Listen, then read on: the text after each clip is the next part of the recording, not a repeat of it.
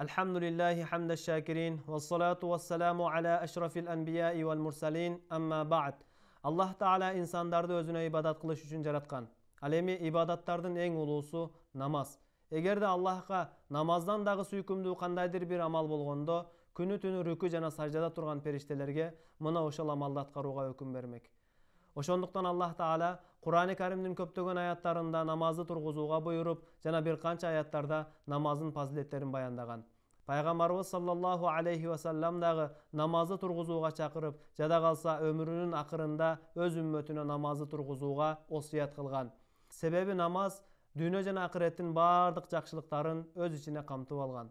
Аллах Таала Маарид сүрөсүнүн 34 жана 35 аяттарында айтат: А'удhu billahi mineşşeytanirracim vellezine hum ala salatihim yuhafizun ulaika fi cennetin mukramun.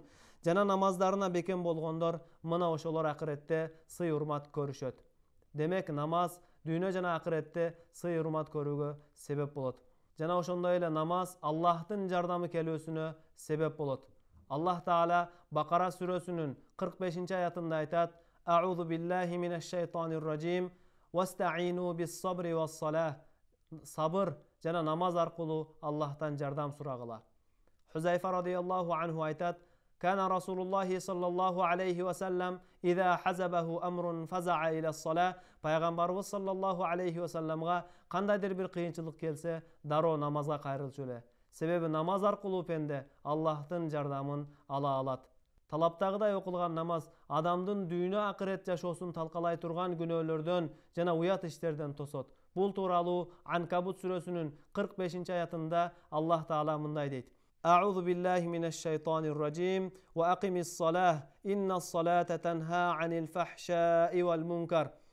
Жана намазды тургузгун. Чындыгында намаз уят иштерден жана күнөөлөрдөн тосот.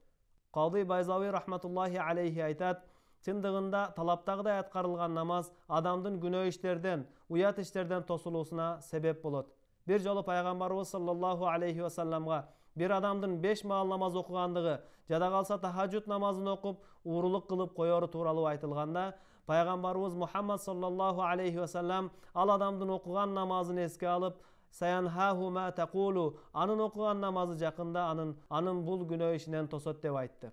Демек намаз уят иштерден жана күнөөлөрдөн тосулууга себеп болот. Жана ошондой эле намаздын дагы бир пайдасы адамды күнөө иштен тосуу менен биргеликте жасаган ката күнөө иштеринин кечирилүүсүнө дагы себеп болот. Пайгамбарыбыз саллаллаху алейхи ва саллям күз мезгилинде дарактардын жалбырактары төгүлүп жаткан учурда сыртка чыкты да бир дарактын бутагын кармаганда анын жалбырактары көбүлүп баштады. Ошондо Пайгамбарыбыз саллаллаху алейхи ва саллям жанында турган Абу Зар радияллаху анхуга кайрылып: "О Абу Зар, эгер мусулман пенде Аллах ыраазылыгы үчүн чын жүрөктөн намаз окуса, анын күнөөлөрү ушул дарактын жалбырагы көбүлгөндөй көбүлүп түшөт. Тагыраак айтканда, Аллах Таала анын күнөөлөрүн кечирет" деп айтты.